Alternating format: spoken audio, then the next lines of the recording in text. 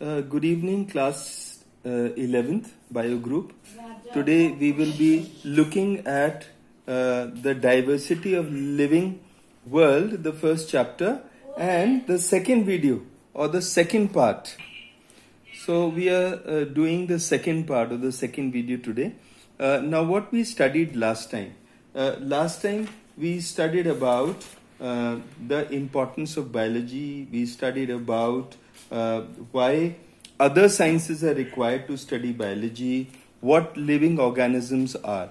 And yesterday, so we talked about living organisms and are made of macromolecules such as proteins, lipids, nucleic acids and polysaccharides, as well as smaller organic and inorganic molecules.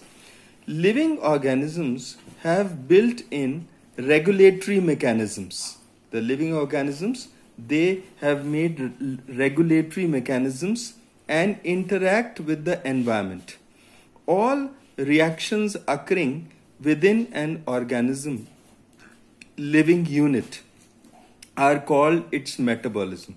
So whatever reactions that take place within the body of an organism, they comprise the metabolism activity inside the individual. The specific molecules containing information are utilized both in the regulation of internal reactions and in production of new living units of life. Now let us look at the characteristics or attributes of living organisms. All living organisms or living beings show certain characteristics which can be distinguished from non-living ones. The characters are as follows. First we see is nutrition. All living organisms, they need food, and as source of energy they require food in some kind or the other, and the material for living life processes and the growth of the body are required. Plants make their own food and so are called autotrophs. Other non-green plants and animals which can't make their own food are called heterotrophs. We see that another property is metabolism, and all the living organisms are made of chemicals called biomolecules, which are constantly being made and changed into some other biomolecules. We see that when the living organisms, they take in food, then metabolism takes place inside their bodies, and so several biomolecules are formed. What are biomolecules? Biomolecule is an organic molecule which is produced by living organism. Example, proteins, nucleic acids, carbohydrates, lipids, and vitamins, etc. The sum total of all the chemical reactions occurring in our body is called metabolism. So the sum total of all the chemical reactions that occur in our body is called metabolism. No non-living object shows metabolism. We see that the third characteristic is respiration.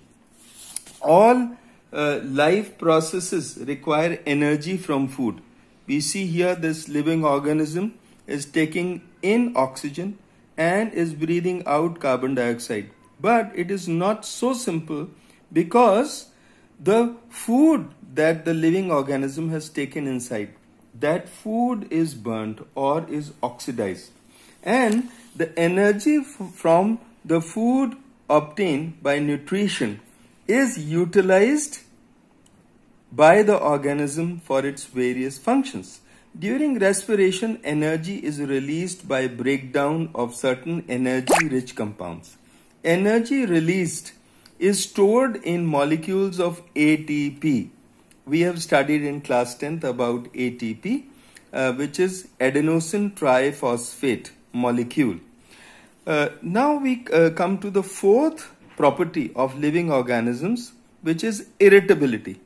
We sense our environment through our sense organs, nose, ears, our skin, and our eyes, and our tongue is there to sense and taste, etc.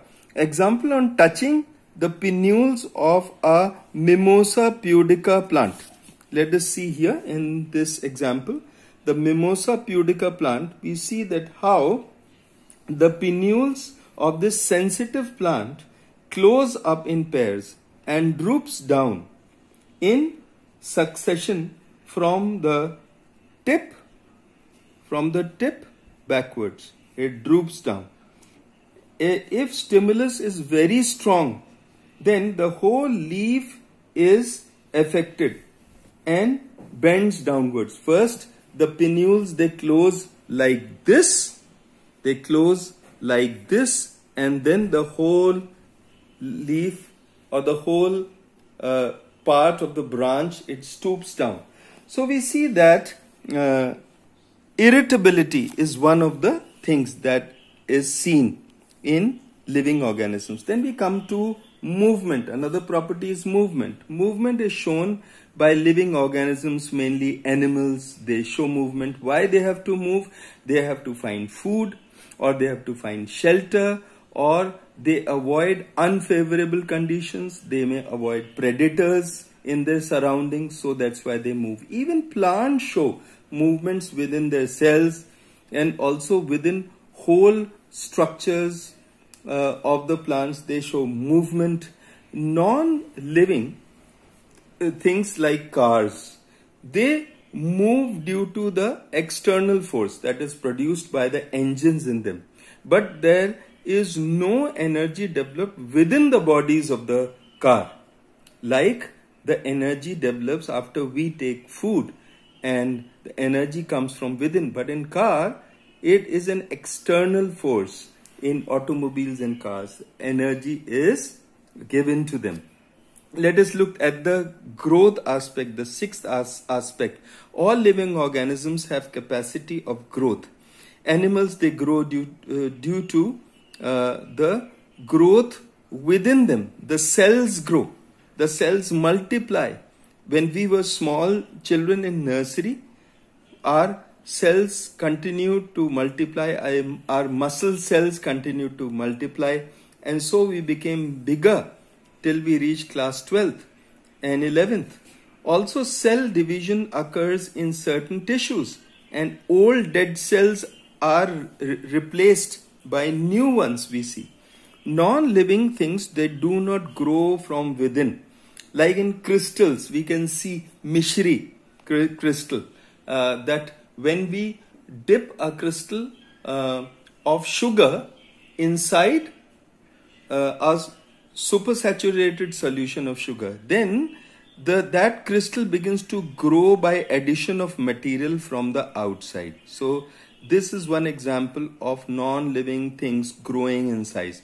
But the growth doesn't come from within the body, from inside the body.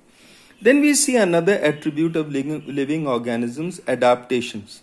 We can adapt to changing environment. The living organisms possess the tendency to undergo or institute changes to their structure, function, or behavior to improve their capacity to survive. Example, camel is called ship of the desert. It adapts to the desert environment and the climate. It has got padded feet, and then we see that it has also got special features wherein it can retain water, and it can utilize that water for several days. So we see that several adaptations are shown by living organisms, but non-livings cannot adapt to the changing environment. Then we see reproduction is one of the main attributes of living organisms. The lifespan of organisms is limited. So the organisms give birth to more organisms like them to survive and make their species. And so they multiply. The genes carry the characteristics of parents to offsprings. And that is why we see the example that kittens, they are born to cats. Bananas give rise to bananas and not apples. Why? Because of genes. And we see that there are certain animals that are found, like mules, sterile worker bees, which cannot reproduce because they are sterile. So we see these kind of living organisms also who cannot reproduce. But non-living things are not capable of reproduction. Then we see that there are several differences in living and non-living world. As we see that living organisms, they have more complex organized structures and they use energy more efficiently, whereas we see non-living things, they don't have complex structures and do not use energy for any activity. Then we see the second difference, that the living organisms, they have 1, 2 or more cells, and these cells, they are enclosed within semi-permeable membranes, whereas in non-living things, no cells are found, no semi-permeable membranes are found surrounding the cells, because corpses don't grow, dead things don't grow. Then we see the third difference is that living things acquire energy and atoms from surroundings. Non-living things, they cannot use energy and don't get atoms from surroundings because they cannot work themselves. Then we see the fourth difference is chemistry of life is governed largely by enzymes. And how these enzymes are controlled? These are controlled by genes. But we see there are no enzymes or genes found in non-living things. Likewise, we see that each organism has some degree of hemostasis, as it can make adjustments with the environment. What is hemostasis, children? Hemostasis is the property of an individual to adapt itself to change. Suppose there is cold outside, and so our body can adapt itself. We can wear warm clothes, we can adapt to the outside environment, and so we bring a balance between the external environment and the internal environment within our bodies. So this is hemostasis. But non-living things, they cannot make internal adjustments, and they cannot change themselves according to the change in environment. The sixth difference we see is newly formed individuals, they go through process of development, and the non-living cells, they do not have the process of development, they do not grow and they do not reproduce. So we see that these are few differences. Now next time we will be looking more about the living and non-living things, and we would be looking about various definitions of hemostasis, and we would be looking at definitions of importance of macro and micromolecules in the next study of the next video. So till then, children, I wish you all the best. Do well.